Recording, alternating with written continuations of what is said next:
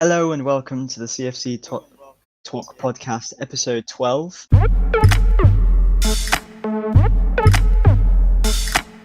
I'm joined. You may notice that I don't have the smooth, silky Asian accent of Mohammed today. Your usual host is away on exam duty, but I'll be filling in his role for a couple of episodes. I'm joined tonight by my fellow podcaster Amart. How are you doing? Yeah, I'm good. Like we were saying before the podcast, is to be very weird without him around. Yeah, we'll always miss it. We'll miss his reactionary takes for sure. And it's definitely a very good. He was a very good conversation starter for sure. And of all the opposite episodes for him to not be here, Tottenham getting the result in the end. Yeah, beating us on penalties. I'm It's a sight for sore eyes. Yeah, I'm very sure he would have had a lot of things to say about this. Yeah. Well, I'm sure when he's back, he'll bring it up somehow. But yeah, for today's podcast, we're gonna go through. We're gonna go through the general thoughts on the game. We're gonna highlight the couple of good performances we found. Even though, I mean, to be fair, I thought most of the team performed pretty well. It's just we were let down by yet again individual mistakes. And we're gonna go have a look at Lampard, how his subs worked, and then we're gonna finish off with looking at some of the criticism that Mason Mount and Callum Hudson-Odoi have faced on Twitter this evening, and we're gonna have a short preview on the Palace game. So let's start off with we're gonna go through some of the general points. Sorry, never mind.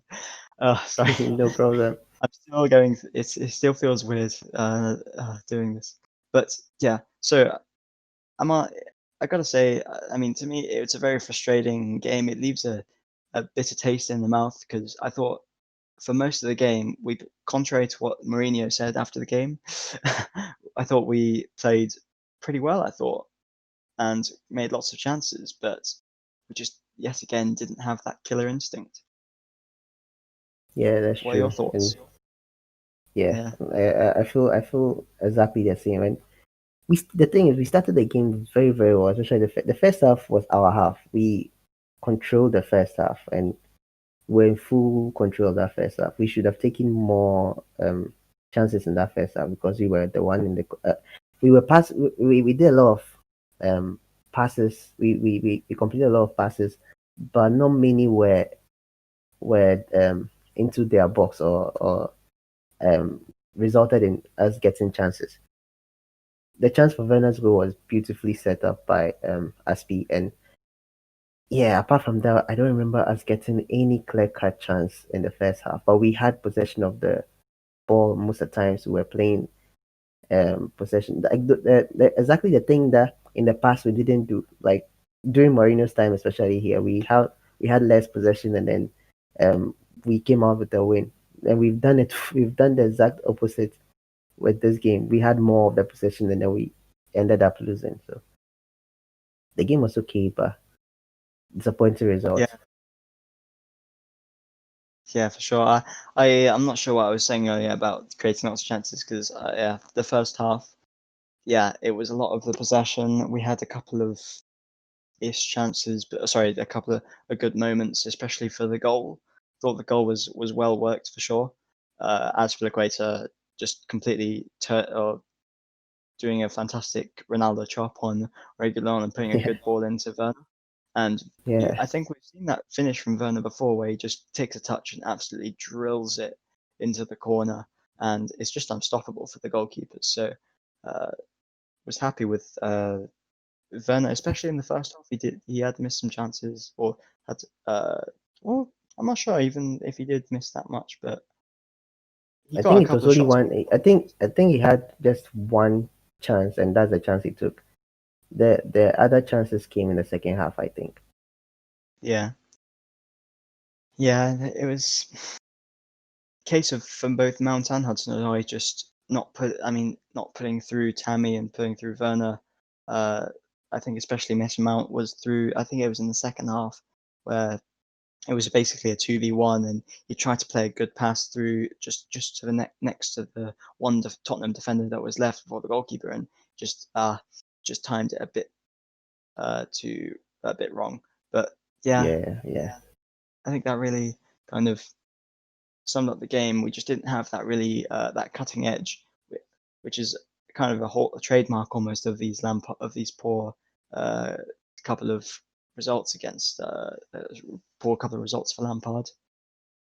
Yeah, exactly. It's the same. It's been the same story since last season, and fortunately, it can change. It will change. No, it can. It will change. Fortunately, it will change because we've gotten players that can actually finish those chances that we got last season. We got so many chances last season, but our problem was mainly finishing. And we have players now. Unfortunately, we don't have players that are available. We don't have Ziyech around. We don't have Pulisic around. Players that can actually take those chances when we do.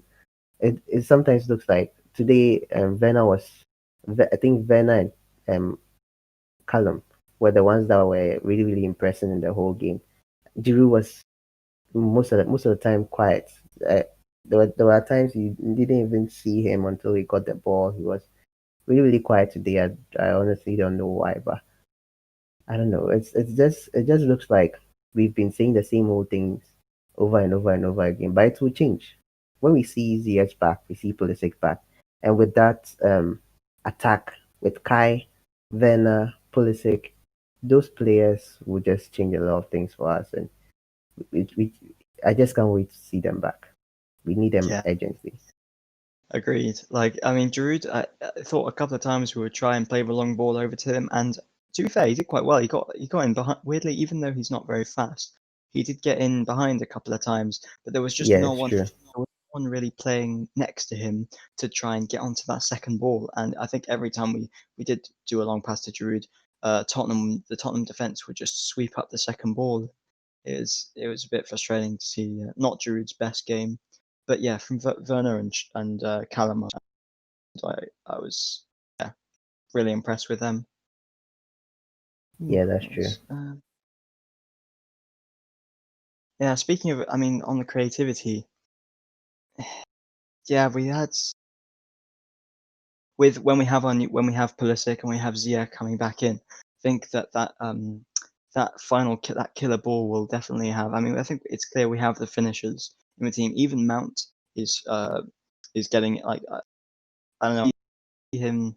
To be fair, Mount even last year was quite clinical with his finishes, especially on his stronger foot. But yeah, Yeah. with Pulisic coming in, there's just so much like the ability to cut through a distance. There's pace. There's good finishing too from both of them. So yeah, they really can't come fast enough, can't they? Yeah, exactly. We Yeah, need them. We seriously need them back. for sure. And looking a bit further back from the attack, I thought, I mean, the Jorginho uh, curve of pivots normally is, I mean, something that we found has worked pretty well. I mean, to be fair, mostly when we've used that pivot, it's been in a back three.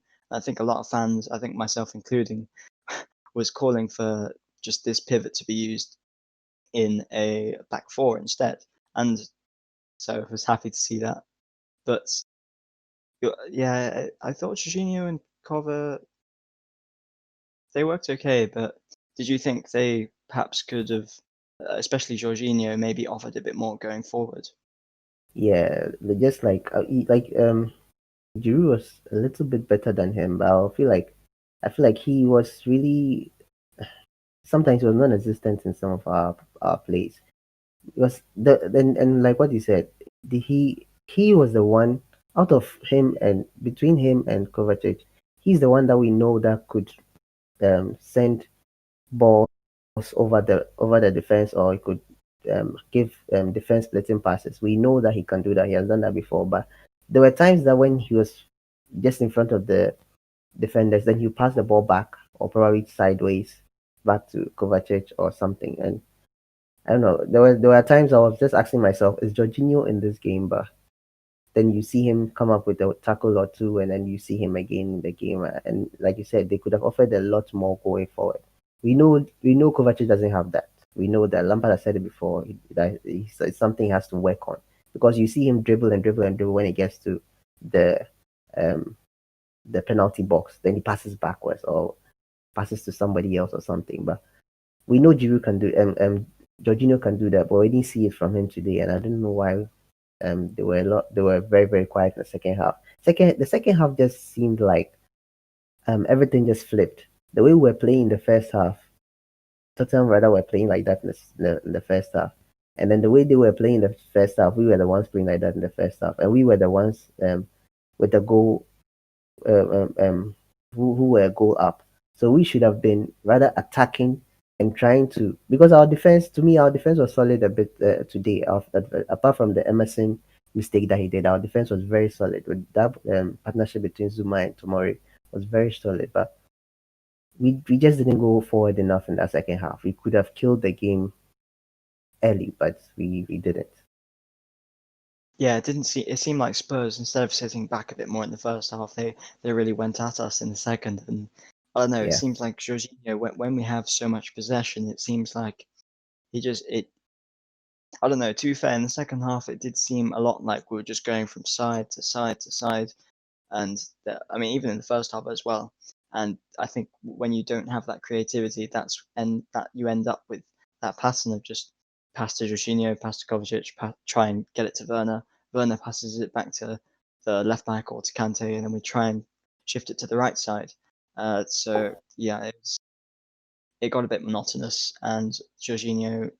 I mean, to be fair, he won some tackles and some good moments to evade the Tottenham press, but yeah, it's just you want to see him try that trademark Jorginho pass way more, and especially when you have Timo Werner and Hudson-Odoi, it's like I'm not sure why they're not making why he's not finding that pass a bit more.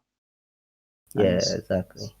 yeah, and Kovacic, I thought, I mean, he had some Kovacic moments where he would just shrug off a defender and drive the ball forward. So I don't really have any complaints about him. But would you say it was kind of just more like an average, not like Kovacic didn't really do much in the game. I mean, Yeah, he didn't have any bad poor moments, but yeah, the thing, our midfield wasn't really that good today. To be fair, like all of them in the midfield, they really didn't stand out. It was an average performance from the midfield until Kante came in. You see, when Kante came in, he changed that midfield.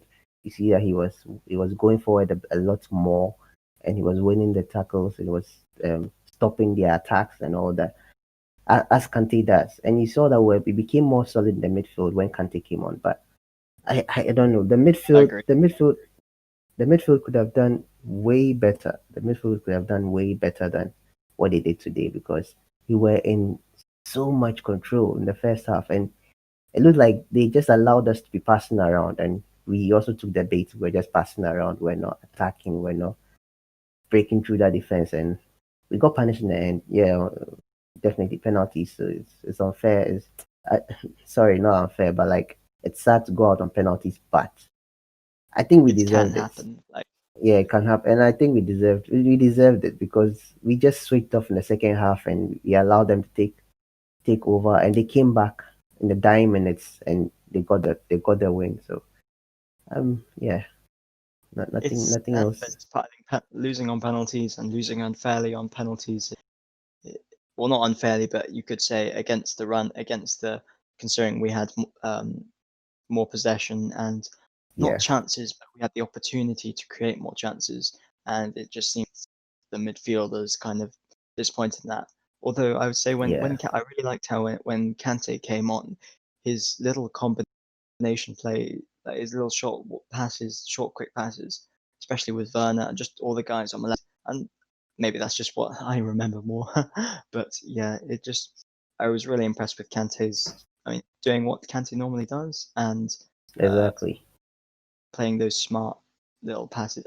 I'm not so sure about his long passing, but I definitely love his combination, his short passes. It just yeah, Yeah, was really impressed was happy with Kante for sure today.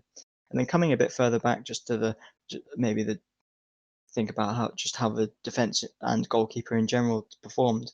I thought it was impressive. I think you're in the same. You think the same or roughly? Yeah. Oh, Mendy and Chilwell had their full, like they had their full, how to say, is that a full debut, right? Because Chilwell has already played, but he came on as a sub, but this was his full debut. Him and Mendy, they were excellent. I won't lie about that. They were very, very good because Mendy was good.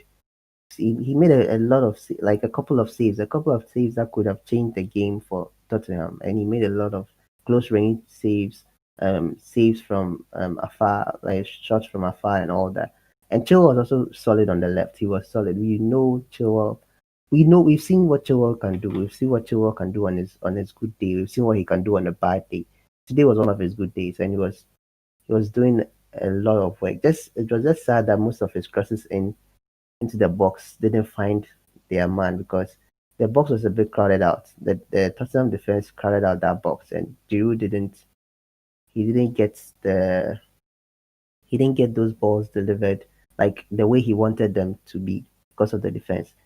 And when he went off, you could see when Chilwell went off, you could see that he had left a gap because Emerson couldn't do that. Emerson couldn't fill that gap. He couldn't do what Chilwell was doing, and he ended up switching off and gifting them the goal. And but Mendy was solid. Mendy was solid. I don't know about his penalties. The thing about Mendy too is that most of the highlights that we watched, I didn't see any penalties in them.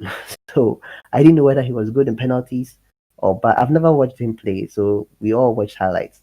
And most of the highlights I saw, there wasn't any penalty saves in them. So I didn't know whether he was good at penalties or not. And yeah, I think probably Kepa would have been the best keeper in that at that point, but he didn't play, so we can't use him. And this was kind of like a trial for Mendy to see whether he's good with penalties or not. But unfortunately, the Tottenham players were too good for him. Yeah, I agree. It's like I was once we got to the third and fourth penalty, and they had Harry Kane on taking one. It's like this is going to be tricky, and considering Jorginho had already taken one of the earlier ones, it was uh, I don't really know any other than Jorginho. We don't and considering Timo Werner apparently had some cramp issues, so he couldn't take one. Other than Aspi as well, it was like a bit. I was a bit nervous, especially for Tammy's penalty, just because the only one I'd ever seen him take was the one in the Super Cup where he missed. But yeah, I mean, also, I mean, just going back to the Giroud point, when he's got, I mean, in terms of physically, yeah, they crowded the box. So yeah, on the topic of Giroud, I think you mentioned it about how the box was built up was a bit what's the word? They packed the Was box with crowded. other Was players. crowded.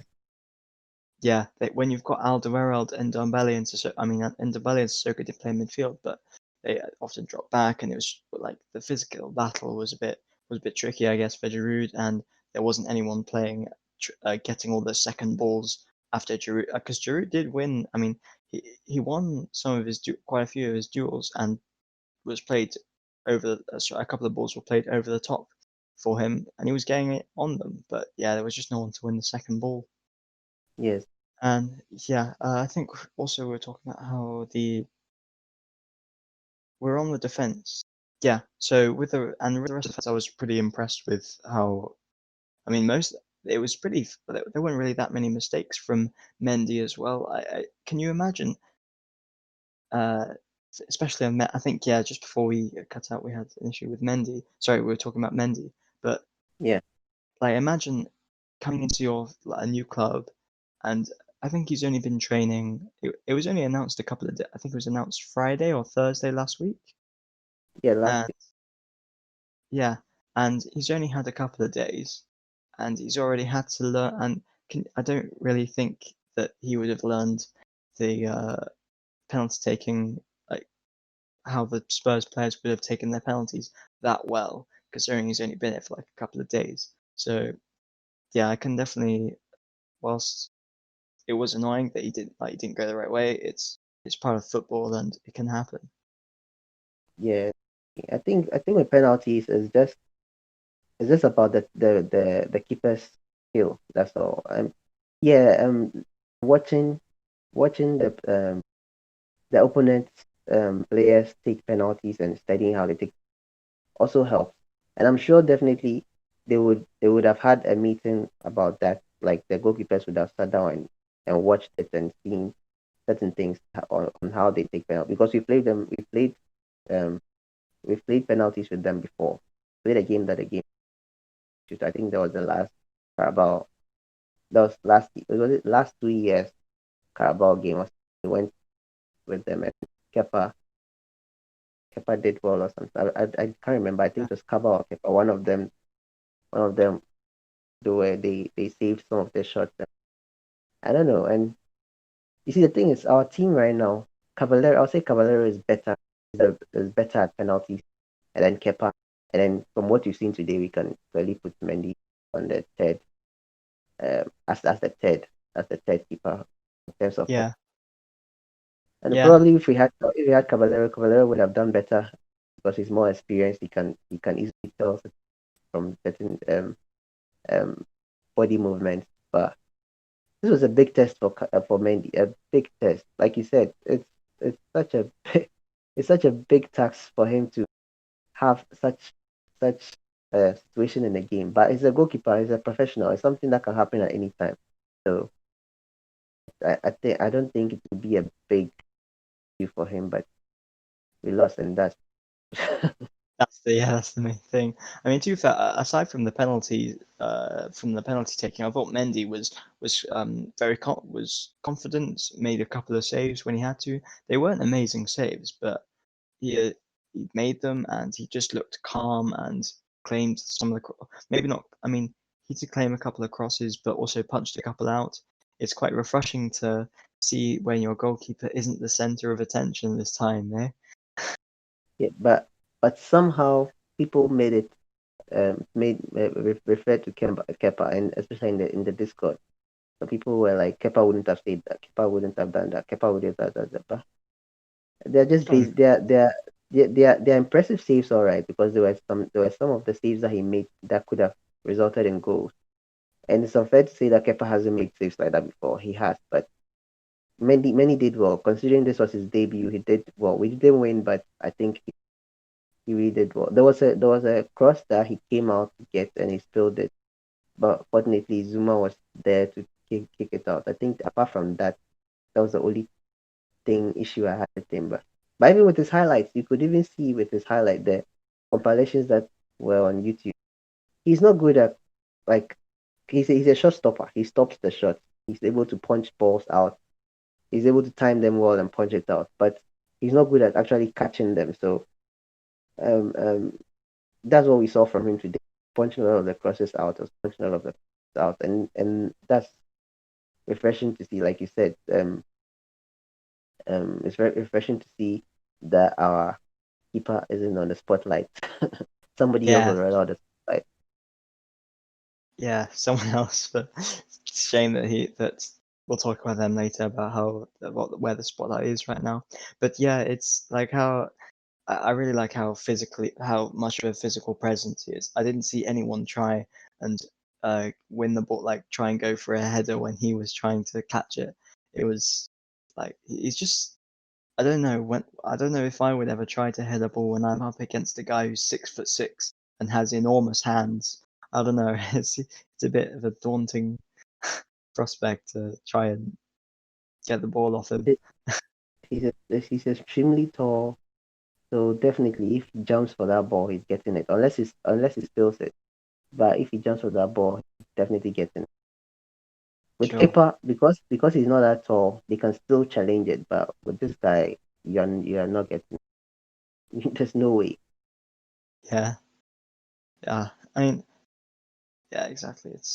And from the rest of the defense, I mean, from the guys in front of Mendy, I couldn't really ask much more, especially from the guys who started. Or no, from the guys who started, I couldn't ask any more. Thought Chilwell, I think would be right in all saying that. I thought Zuma, Tomori, and Aspi particularly. I mean, Chilwell was good, but I thought Aspi, the other three guys put in brilliant shifts. I thought like it was really nice to see that Zuma Tomori partnership kindled again after not seeing it for quite some time. Yeah, exactly. It's very nice to see, and it looks like Tomorrow will be staying, and I'm just happy about that. Tomorrow will Yeah, be the day, and it looks like Rudiger will be the one going up. So excited that tomorrow will stay because he has the pace. He's also very strong at the back. He makes yes last season when he played there were some times he made some wrong decisions, but he was also starting for us. He was also like in his first season for Chelsea, so definitely mistake. It looked like this season because of the competition, he has become better and he knows that when it slips up, somebody else will take that position. And it was Zoom you know what we're going to get from Zuma is going to get he has gradually become like Kante. We know that when Kante plays, he's going to um, give his 100%, it, and we know the kind it of performance to get from Kante. And Zuma has sorry, got it that. kind of got a bit scuffly in the past like 5-10 seconds. Oh, okay, sorry. I'm saying that I got I'm I got kind of the gist. Sorry, go on. yeah, I'm saying that Zuma has got that kind of thing like Kante has because when Kante is playing, we know what we are going to get from.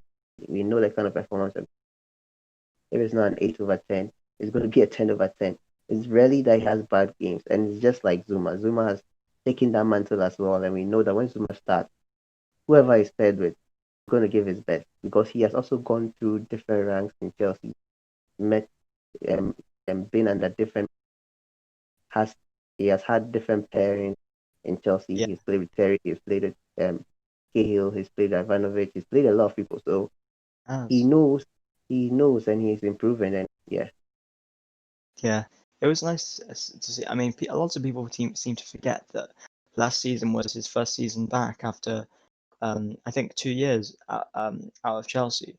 So it's going to take some time to get, and pretty much all the defenders around him were different. So from before, so for sure, I think people should have expected, or but I think most people were quite accepting of Zuma just still getting back into Chelsea again, and since restart, it's been it's been pretty much exceptional from Zuma, and exactly. it's yeah, it's good. And like you say, I completely agree with the Tomori thing about it sounded ludicrous that we were getting rid of a centre back and we weren't getting rid of the one who was consistently not playing well, at least from this season and last season. So it's sad to see Rudiger go, but we can talk about that another time for sure. So I think we've talked about the performances, the general performances of the team, and I think now let's try and go with some ratings and who we thought was who were the standout performances. And so, Amart, for you, we'll get into the ratings in a second. But how do you think if you were gonna highlight some of the best individual performances from the team, let's say the top three, who would you go for?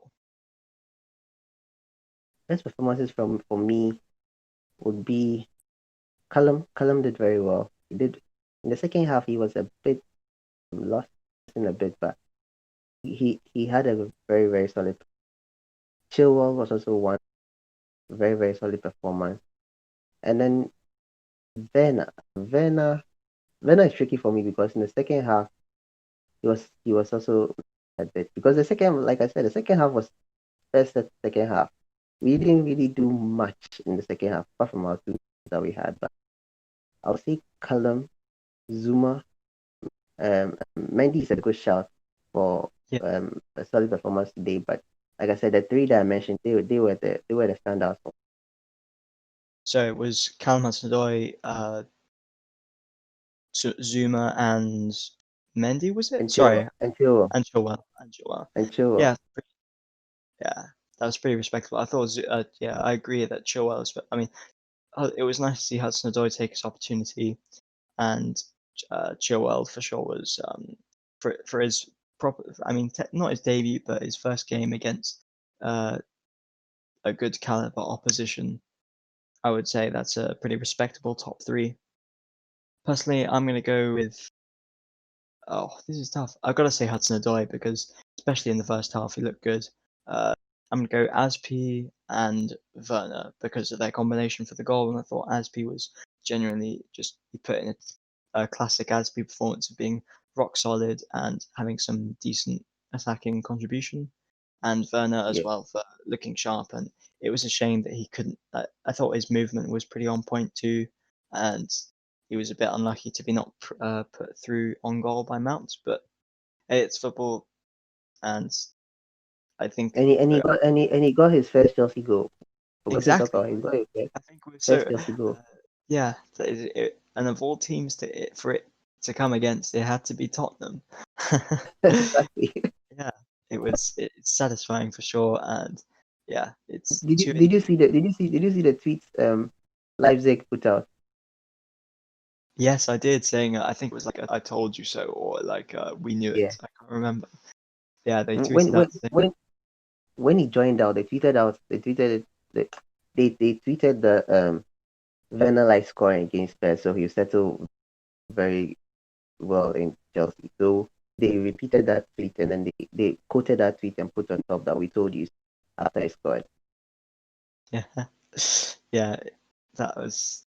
I think they don't like Spurs as much. Leipzig don't like Spurs as much as we don't like Spurs. Or it's not so comparable, but it's a good. And It's one and one sorry, one thing I hope I'm praying that it comes back soon are the fans, because you can clearly see that the fans are heavily missed in the stadium. They make a difference.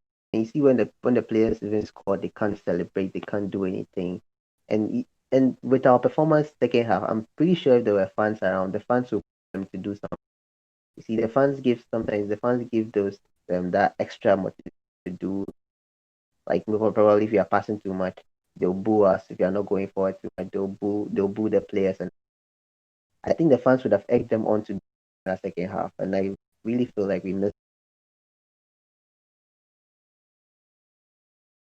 Sorry, it kind of cut out at the end, but I think you were going to say that. Yeah, I mean I agree too that we really like the effect of the fans. That I think the classic of fans shouting shoot for. I think especially I don't know. It always seems to be Kante where Kante gets to the edge of the box and the fans always go shout out. Okay, they always want him to shoot because he always scores or mostly scores when he's out in that area. But yeah, it's I can't wait for the fans to be back too, and it really does have an effect. So we've looked at the general performance of the team, and Now this is the segment where we're gonna look through some of the ratings and how like some of our key performances in this game. So let's go through it. So Amart, if you were going to pick your top 3 performers from this game, who would they be? Yeah, like you said, it's very, very difficult. Very difficult to pick best players if you just lost the game. And so I'll pick Callum. Callum was very, very good in the first half. I think he had a very good start the first half. He was giving some excellent passes, giving some excellent crosses, beating um some of the best defenders. And yeah, so I'll select Callum. And then I'll select Chilwell. Chilwell was also solid on the left, very, very solid on the left. We missed him a lot when he went out. When he was subbed off, Emerson switching off and causing that goal, gifting them that goal. So yeah, I think Chilwell will be the second one for, and then with the third one, Werner. Yes, Werner. So Hudson-Odoi, Chilwell, and Werner. Werner was also very good in the game. Second half, he was a bit missing. He went a bit missing because, yeah, the second half was all about Tottenham. They were the ones attacking more than us. And yeah, I think he would have gotten a goal if Mount had fed him that pass earlier and it wasn't blocked, it wasn't cut out. Probably would have gotten the goal. And yeah, so Chilwell, Hudson-Odoi, and Werner. Very solid choices for sure. They all had very promising performances. I think we can really look forward to the performances of these three guys you've said for the rest of the season, despite the results that we're getting so far. Personally, I'm going to go with two of the same, and I think whilst I was really happy with Chilwell, I'm gonna go with Azpilicueta just for putting in a typical Azpilicueta performance and getting in on the with a really I think for me what makes SP is my top three is probably a bit of bias because he sent Reguilon completely into the stands with a slide tackle. Yeah, It was yeah. brilliant to see, and yeah, so it was a nice Ronaldo chop star thing for SP, and a good pass to Werner and great finish from Werner. So those two guys get into my top three, and I'm also going to say Hudson-Odoi for his good, especially for the first half performance, but just offering something that none of the guys on our team can really offer right now in that 1v1 ability. Because until Pulisic and Ziyech come back, we pretty much rely on him to beat players and do the things that we kind of expect our wingers to do instead of being, because I mean Werner, I'm so happy with him being a winger, but it's just you kind of want in his place, you want Pulisic to be there just to offer that 1-1 ability. So starting with, we're going to go rate we're going to rate the performances of our players now. So we're going to start with the attack, and we're going to go. Let's start with let's go with Giroud. So Amart, how would you rate Giroud's performances tonight out of 10?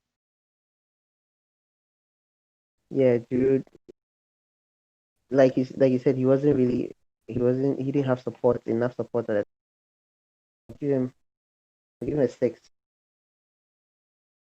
Yeah, I think 6 is fair. I think I would probably rate the same. He didn't do much wrong, but it's just that when you play with Giroud, you really want someone close to him to kind of bounce off him. It's like how Eden Hazard used to do a couple of years ago. It's just he's a great target man, but when you don't have someone playing close to him, he's a bit ineffective. Let's go moving a bit further back now to our midfield, attacking midfield slash wingers. If you're going to rate, let's go with Werner first, our goal scorer. Yeah, then I'll give him an 8. We didn't win, so I can't give anybody more than an 8. So I'll give him an. Same with West Brom. It's like these guys played well, and it's like at the end of the day we suffered due to individual mistakes, but you can't really give a 9 or a 10 for people when they missed chances and we didn't get mad and we didn't win. So I think 8 is a fair score, and I think I'll give him. Oh, it's tough.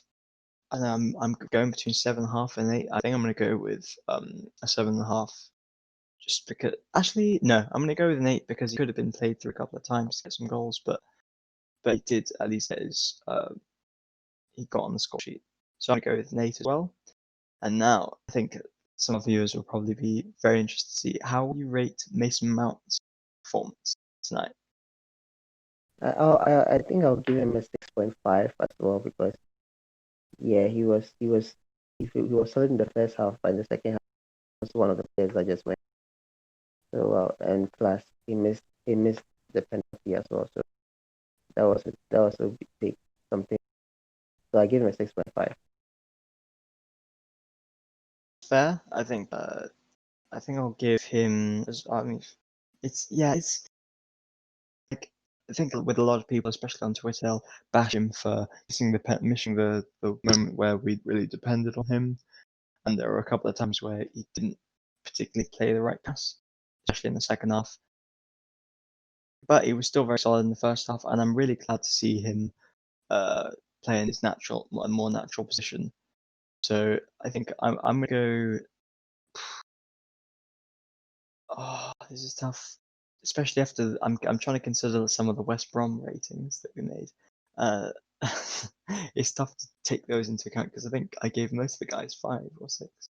I'm gonna go with a 5.5 for Mason, just because, just a bit disappointed with the penalty and with the ability to win the match in the second half, playing through Werner, and just that was a crucial moment. But you could say that the individual mistake in defence was the most crucial moment.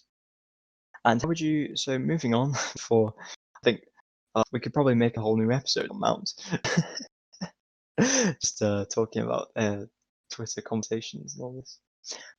Moving to the right side, how would you have rated Hudson-Odoi's performance? Yeah, considering he was one of the best, better players on the field today, yeah, I'll also give him an 8, same as Werner. I agree. I think I'll go with the same as well. He was impressive. Yeah, he did have some. Actually, no, I'm going to change him to 7.5 just because he had that moment in the second half where he could have played Tammy through, and just that was Yeah, that's true. frustrating again. But yeah, it was very promising for him, and I'm really glad that he's taking his especially a start as well. I think we said on the last pod or the pod before that Hudson-Odoi most of the time he doesn't play that well when he starts. I think you said it actually, and this was especially it was nice to see in the first half that Yeah, yeah that he was like you starting. can see, he clearly faded out as the game went on. Yeah, yeah. His decision making in the second half was a bit poor, but I guess to be fair, the whole team's second half performance was a bit dire, so Yeah, it's exactly. harsh. Yeah. Moving a bit further back, how if you would rate Jorginho and Kante? Sorry, yeah, Jorginho and wait, no. Sorry, Jorginho and Kovacic. Kovacic. Yeah, I'll have to give them the same. I'll have to give them the same rating. I think I'll give both of them 5.5. They didn't really do much for me to be able to warrant 6. But yeah, so I'll give them 5. They were even the first half when we were solid, we had possession. They were mostly passing sideways. They weren't breaking down that. I'll give them a 5.5. Fair rating for sure. I think we're not going to disagree too much on the ratings for these ones because 5.5 for both Jorginho and Kovacic sounds about right. They had they did some of the things you'd expect them to do, but just not enough going forward. And I think Kovacic was rightly taken off. Just you needed some more. We needed. I mean, at the end of the day, when you have Kante on the bench and you want to get some more control in the midfield, because in the second half it just seemed like it was all Tottenham uh, for parts of the game, for parts of the second half. So yeah, it was nice to have Kante on for Kovacic, and then and then with Jorginho as well. Just like we said before, not enough going forward. And then going back onto the back four, if you had to give a rating for our new boy Chilwell, how would you rate him?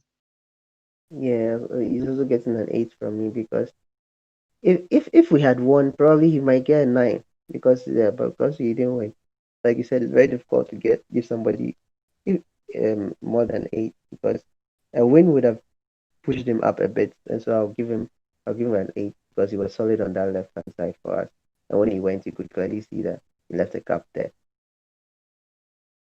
Yeah, he definitely could for sure.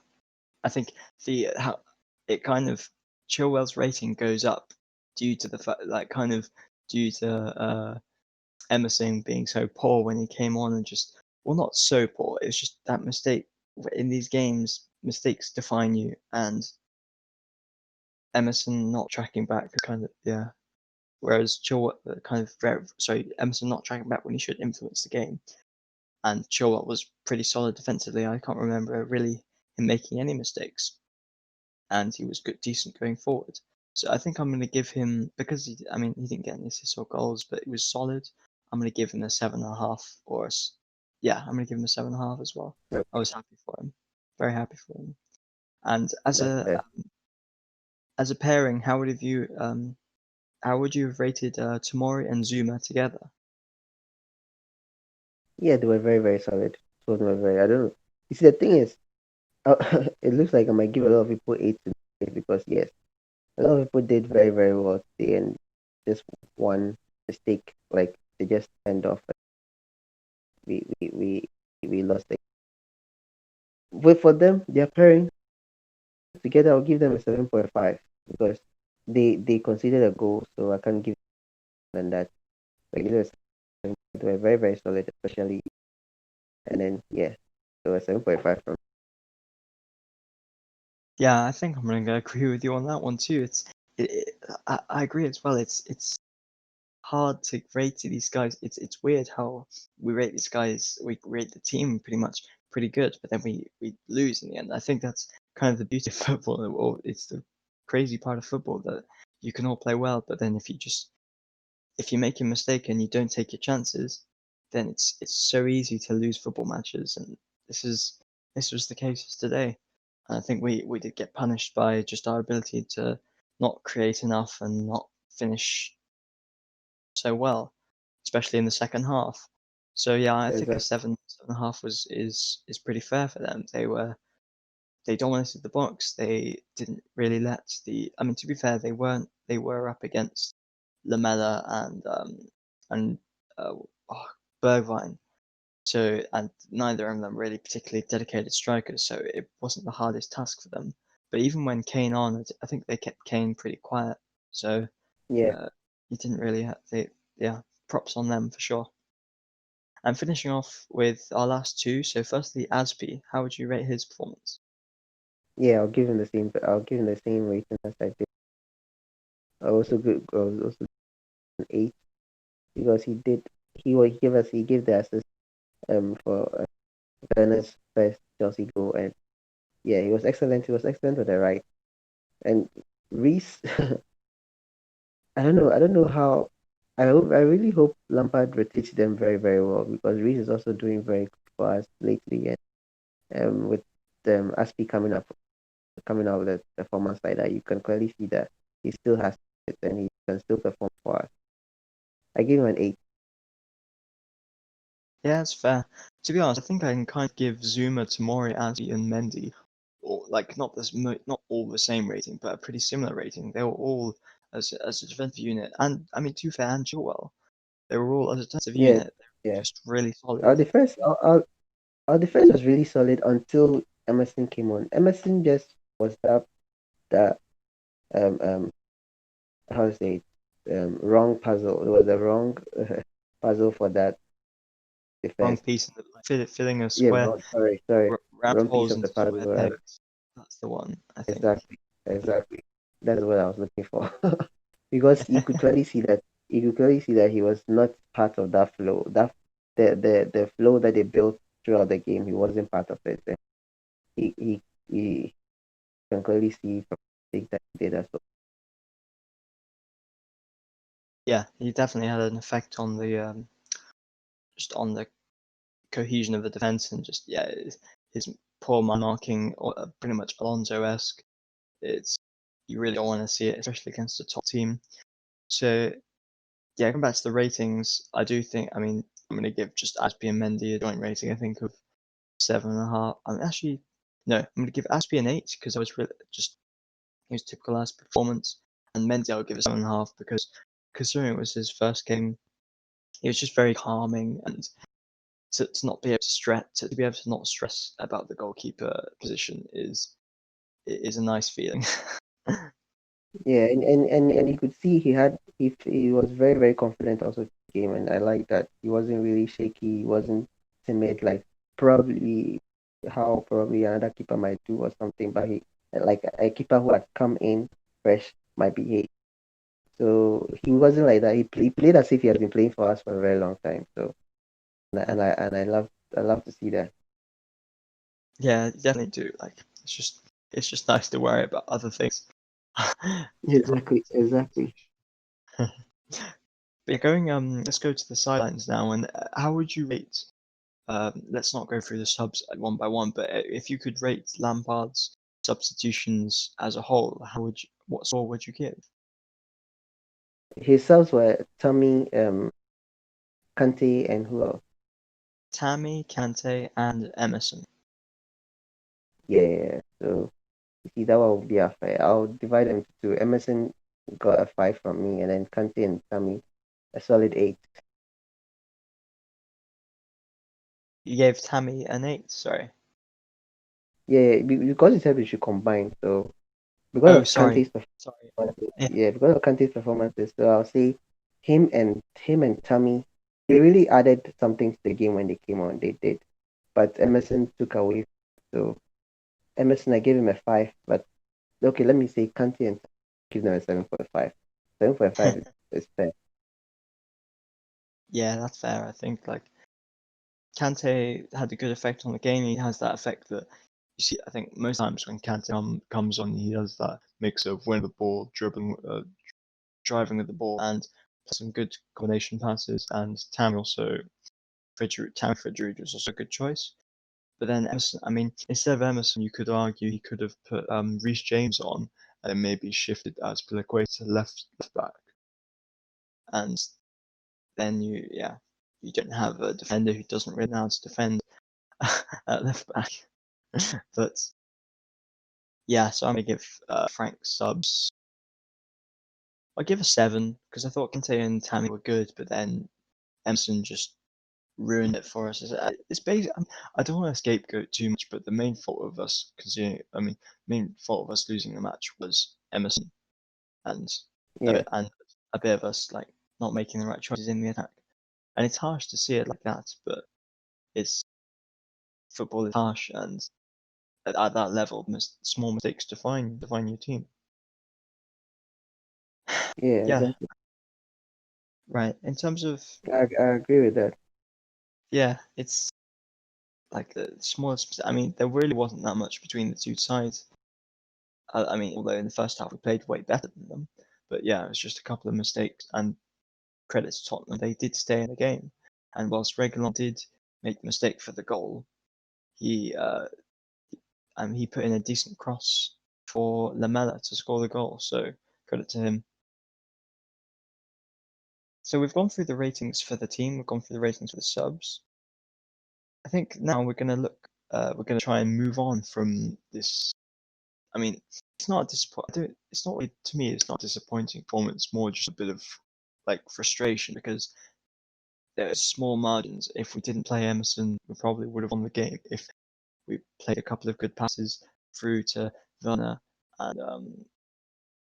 and Tammy, where Mount and Sandoy made the mistake. Didn't choose their option. If they had, then we would have won the game. So yeah, I think it would be nice to move past on this and look forward to the Palace game. And Amart, how important do you feel that this game is for our season so far? We have to win. We definitely have to win. It's a difficult one because Palace always turns up when they play against us, and we just have to win because we've come off a draw, and now today we lost. And yeah, we just have to put up like the fans who are losing faith in Lampard can actually have faith in him again, regain their faith in him again. We've made a lot of. You see, the thing is, the problem with this Lampard out thing, a lot of people expect that probably because we've spent a lot of money in the window, we'll just start winning games left and right. And the truth is that if a lot of people understand that this thing's a gradual process, it will take time before it actually gels and flows the way we want it. A lot of people will understand it better, but like yeah, the media will put pressure on Lampard. Our fans also put pressure on him, and I know he himself also has also put pressure on himself. We need to win, and hopefully, I'm seeing because of the Instagram post and Twitter post the Chelsea page has been putting out. I think we might see Ziyech. Ziyech might return. I don't know about Pulisic, but I think Ziyech might return. When he returns, that will probably be the thing we need because we also have to understand too is that we want him to return all right and change things, but it's also coming in fresh.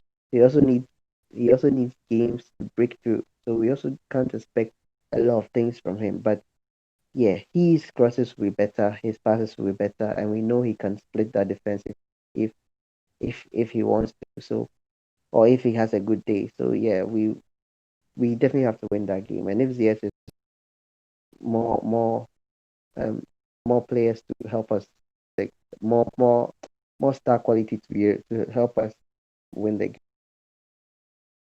In the game, yeah, absolutely. I really can't wait for those guys to come back. And whilst I think Lampard will, especially with Pulisic, he'll probably be very cautious with him, given his quite it's injury. Pulisic's injury record is quite frightening. He needs to be Frank needs to be uh Very needs to careful. be careful. really careful with him. So, but yes, I completely agree with Ziyech as well. He's a Champions League caliber player. He's formed in the Champions League consistently for years, or at least 3 years now. So we really miss him, and yeah, I think if it's not Palace, then for sure after the international break, he absolutely has to be back, and hopefully the same for Pulisic as well. And yeah, in terms of the importance of the game, it's just, I mean, all it's going to do, if we don't win, all it's going to do is it's going to just fuel Lampard out brigade. There's going to be more questions from the naive fans and the people who go on the kind of so-called Chelsea fans who go on TalkSport and then claim about Lampard out even before today. It's all just going to fuel them over a bit, and if we don't get the win, so yeah, it's a really big game. Would you say that? I Yeah, mean, I've probably asked you. I think I've asked you outside the pod, but would you say it's if we fail to get the win on Saturday, then the season starts to be a bit concerning, or our start, or how? Well, to be fair, you can't really consider league position, but do you think the form, if we do lose tomorrow, it becomes a little bit of a worry for the rest of the season? yeah, it definitely, yeah, it would definitely be a worry. But like I said, it would take time. But because we've come from a draw, and then today we lost, even though today isn't Premier League game, it's a league game, it's a league cup game. We it's a form thing, and our form hasn't been good because our form we started from a win, and then we lost, and then we won again, and then we drew, and then today we've lost, and then the Palace game. So you see, there's some inconsistency there. We've won 2 out of 4 games, right? The 4 games. Yeah, we've won 2 out of 4 games, and that is really no 5 games, 5 games, 1 2 out of, and that's really disturbing. Games that we could win, but we've not won it, and it's it's very disturbing. So yeah, definitely if we don't win, like you said, the Lampard brigade will come out in full force, like just like how the Mount haters also came out in full force when you didn't take it, even missed this penalty. So yeah, because of that, there'll be pressure. There'll definitely be pressure. There'll definitely be a divide. There'll definitely be some form of toxic. So yeah, to save all that or prevent all that, for me, I don't really care if it happens or not because I know I've accepted that it will take time. And if people also accept it, that it will take time, because they have to understand that it will take time for Lampard to actually start authority on this. He's still figuring things out, and we just allow him to do so. And yeah, so we have to we definitely have to win. I don't think a draw will be enough. And if, like I said, if Ziyech comes, then yeah, we can do more. The probability of us winning might be higher. Yeah, I mean, considering the guys will probably be hugely pumped up to win this game for considering our previous form, I mean, yeah, I would really hope that we do get the win. But this Palace team, that then it's definitely not an easy side as we've seen from our game last season, and they've had a notably good start this season as well. Apparently, they've had quite a good pre-season.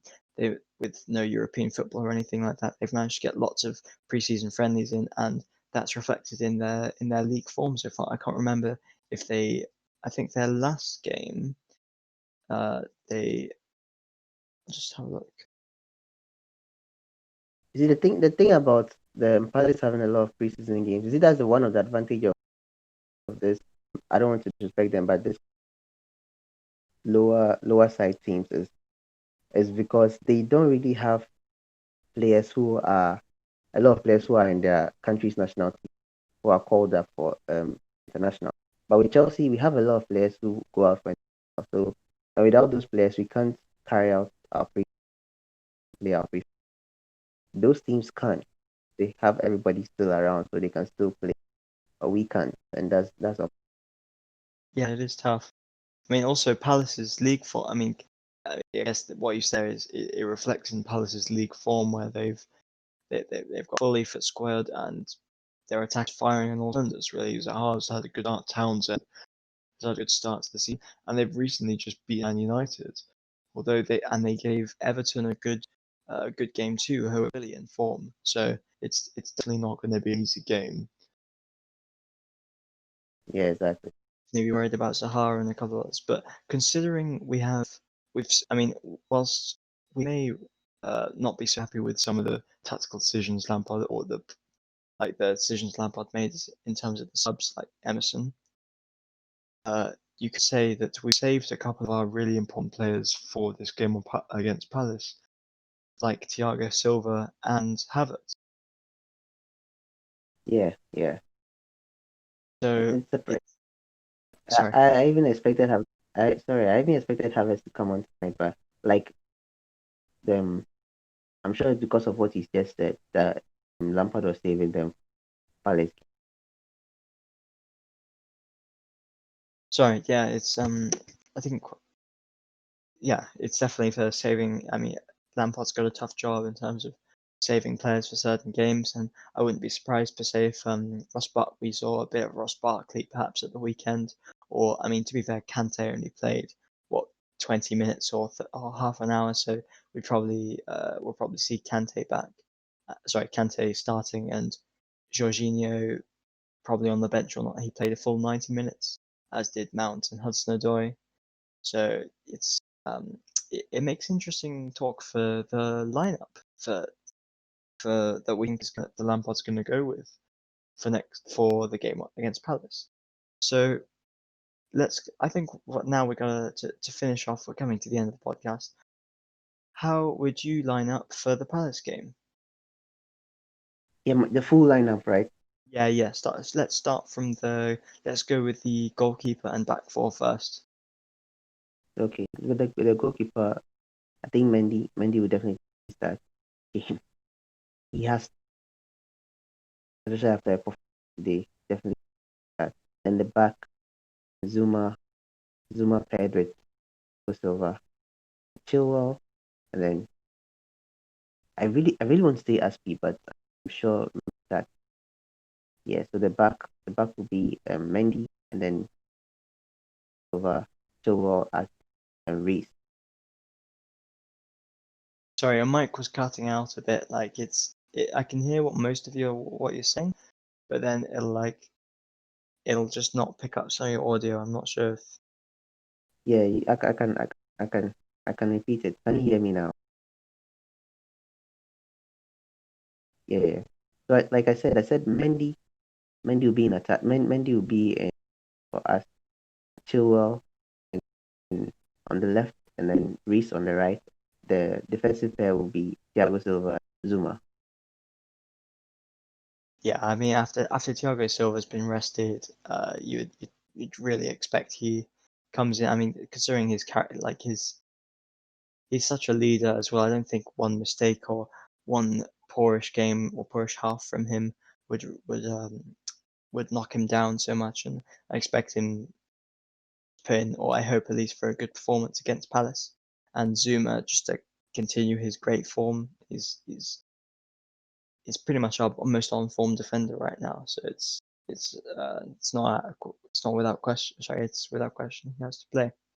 And yeah, it would be nice to see Mendy get a Premier League game against a lower tier or against well, not a top 16, but just I can't remember if Palace are that reliant on corners and set pieces.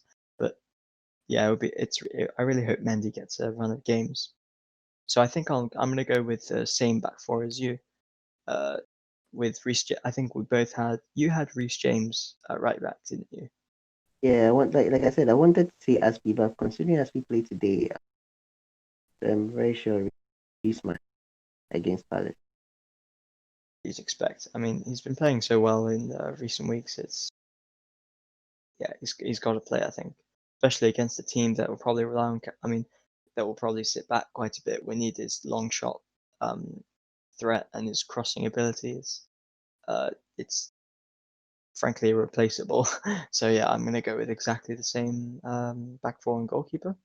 Moving a bit forward, how would you line up in the central midfield? Yeah, so we'll be going with the 4-3-3 from. Yeah, so a bit Yeah, so different in the because would you 4-3-3 or 4-2-3-1? yeah 4-3-3, I think 4-3-3 will be the safer. Yeah, So in the midfield, I'll probably go with Kante, Kova, and then Kante, Kova, and sorry, I didn't quite get that last bit. Havertz. Yeah, yeah, that's. I mean, it's our best midfield three on paper, and considering that Kovacic got taken off and Havertz rested the full 90, and Mount played the full 90, it's. I wouldn't be surprised if Lampard goes with that, and I think I'll go with it as well.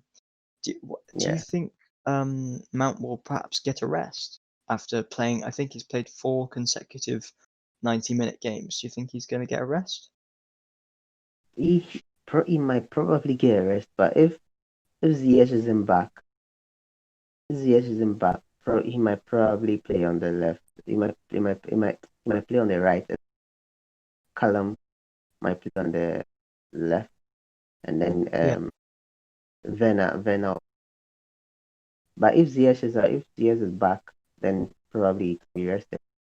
Ziyech, Callum, him in the with Werner attack as a main. Yeah, I think I agree. It's whilst Tammy, he was impressive against Barnsley. I think and his link up with Havertz was good. I think Werner, after playing, well, he got his goal against Tottenham, and I think every Chelsea fan wants to see him get his first Premier League goal. After Yeah. we all seem to hype him up every week, saying because we know his movement is so good, he's so fast, and he's been so close to getting a goal. I was so happy when he scored because you just knew. You see how he even celebrated. You just knew that it was something that was bothering. Once the ice has been broken, you can just tell that more goals. You just know it. Like he's gonna. I mean, I don't know. I'm fully happy to give him some more time to adapt, but the guy. I mean, I think we all know his stats in the Bundesliga over the past couple of years, and it's pretty. It would be surprising for him to not replicate at least some of that form in even in the early stages of this season. So yeah, I think I'll agree. In terms of the lineup you've chosen, I'll agree too. It's it's a bit sad to see that Tammy he had his run in the as striker as a couple of games, but it's just I think having Mount on the wing and having Werner a bit more central, or perhaps not always as the winger, is would be a bit more useful than having Werner at left wing. Would you agree, or what are your thoughts on like Werner seems to be playing a lot at left wing recently?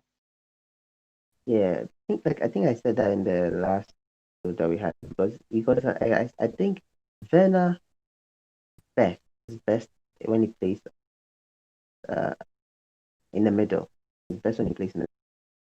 I feel like a lot of people I'll not say think, but a lot of people are like he used to play on the left for life to get bit, but he really didn't.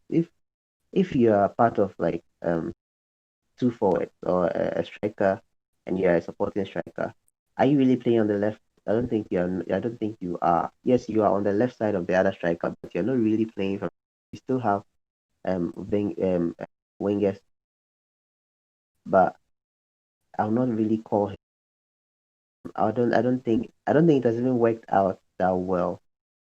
He's a hard worker, so he often has a good game because he works hard and tries to win the ball. He tries to close players down and win possession. He tries that. So for that, you just see that he's working on the pitch. But for what he's supposed to do, as in score goals and give assists, he can't do it when he's on the left. He can do it when he's in the middle. I feel like there are two ways Lampard can go with this. Lampard can start Tammy if Ziyech is available. I mean, Lampard can start Tammy, Ziyech on the right, Werner on the left, or he can play Werner as the main striker, Ziyech on the right, and then Callum on the left, which will work for me. I'll always prefer him in the. I always was Werner in the middle. So you would prefer Werner to be used as Yeah, the lone up top. striker at the top? Yeah, I think I would do. I mean, it's not the position he's played a lot. It's, I don't know. It seems like when he played Tammy, they kind of get in the same spaces, and it doesn't work so well. I would prefer having someone who's a bit more comfortable. I don't know, someone who's a bit more involved in the play at the wing instead, because he seems to be trying to get on the end of. I don't know. I don't really see a lot of Werner's creativity yet. I don't know. Maybe it's just me, but yeah, maybe if we could clone Hudson-Odoi and put him on the other side, that's no. You know the thing that like the best formation that will work with this current for me exactly for me the best formation I think will work with this kind of squad that we have now with the players that are out now will be a 4-4-2. A 4-4-2 will work best for me if with Tammy up top and then Werner. I think it might work, but I don't think Lampard likes a 4-4-2. He doesn't like when I think shortly after he retired from football in general, he went on a show and had an they interviewed him about the issues that the English team had in the past and why they couldn't gel together. And he heavily criticized the 4-4, and you can clearly see he's not a big fan of the 4-4 formation. So that's why probably we have not really seen 4-4-2 since he came in. But I feel like the 4-4-2 might work. But he's going with the 4-3-3. He's going with the 4-2-3-1. The 4-3. He's going with the 3-5-2.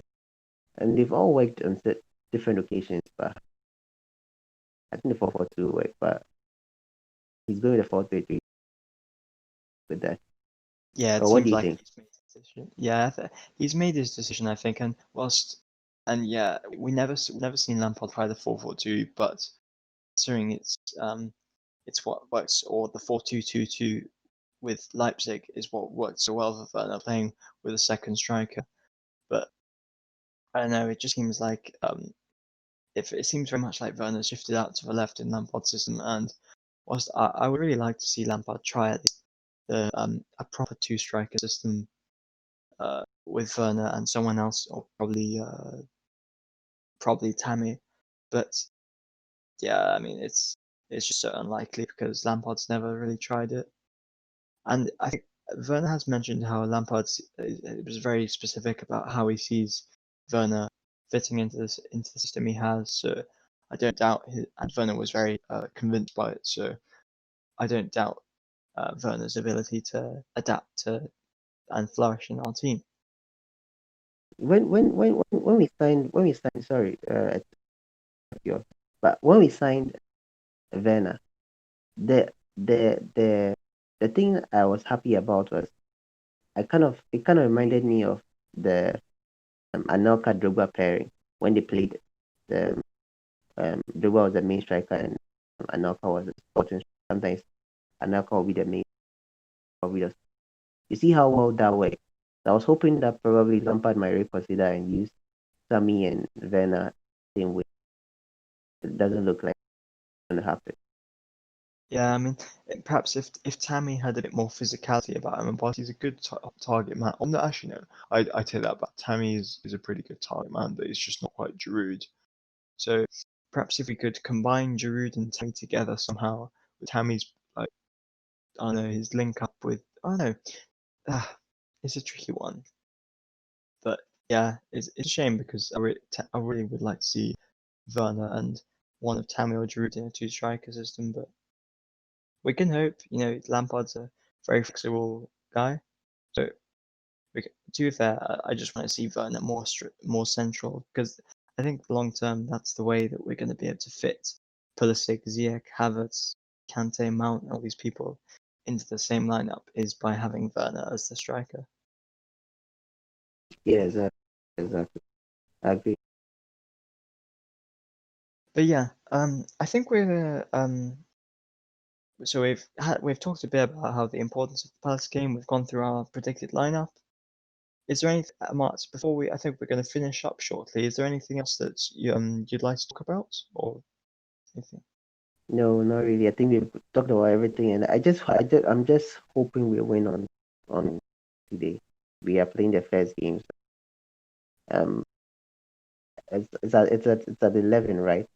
It's supposed to be at 12 at your place, but I think it's at 11:30. Yeah, GMT.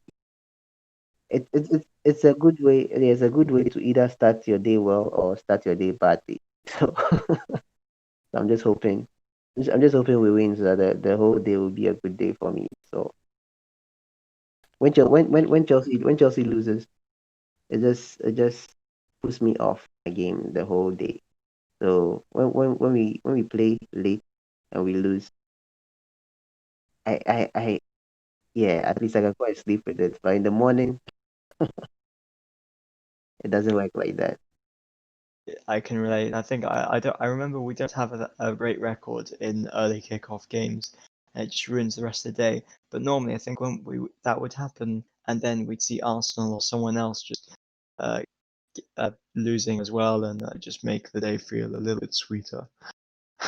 but uh, Yeah, but yeah, it's exciting. Sure, it's a big game for I think especially for Lampard. Like there are still doubts about it. I mean, he's making subs like Emerson's, and picking a lot. Like the fact that he even picked Alonso for the West Brom game, it's um, it's not making me feel Lampard's out, but it's just making me there's just a couple of questions about the manager's decisions. But then again, there's not much else he can do. He can't just wish away Alonso and Emerson and just play Chilwell every single 3 days or something. yeah. Yeah, he's doing the best he can. The and it's unfortunate that the Alonso fallout with Lampard happened just before the Spurs game because the Spurs game is where he thrives he does well the most, and he wasn't available for tonight. Indeed, yeah. Right. So I think we're gonna call it time there on this pod for tonight. I think we've got our feelings about that frustrating Tottenham game about out of the system, but Yeah, I think we can all say that we're really excited for the past game. I think Lampard will have the team really motivated for that one, especially to go away from the international break with a good feeling. yeah, exactly. Before we finish up on this episode of the podcast, I just wanted to do some shout-outs to some of the CFC Talk team, mainly Adam and Devan, and of course Mohammed, who isn't here today, but we'll have him back in a couple of weeks. I just want to say that your work that goes through on this podcast is not unnoticed, and it's simply amazing to work with you guys, and I wouldn't have any other team to work with. So yeah, really happy. I'm really glad that I get to work with you, and also want to thank the listeners if you've made it this far. Hope it's some nice therapy to just calm down from the Tottenham game, and I'm sure that you are, like Martin and I are, that we're really excited for the Palace game. See a really strong, good performance, and hopefully get a win. Anyway, wanted to also say thank you very much, Amart, for coming on. It's been a pleasure having you. Yeah, yeah, yeah. It's always a pleasure to be here. This episode is probably like a therapy session. It's therapeutic in a way because the games like that we can come here and vent. By the time we are done, we are all right, and our mind back cleared now. Yeah, my mind. I feel my mind definitely much. I'm not. I'm still annoyed that we're not going to win the Carabao Cup this year, but Man City tend to win it anyway. So let's focus on the bigger fish, on the FA Cup. uh, anyway, all right. So, once again, Amar, thanks so much for coming on, and thank you again for the viewer for you watching. Really appreciate every single viewer who's listening in this. and we'll see you again for the Palace post-match. I will have a look at or hopefully, analysing a Chelsea win. Anyways, until then, goodbye and stay safe.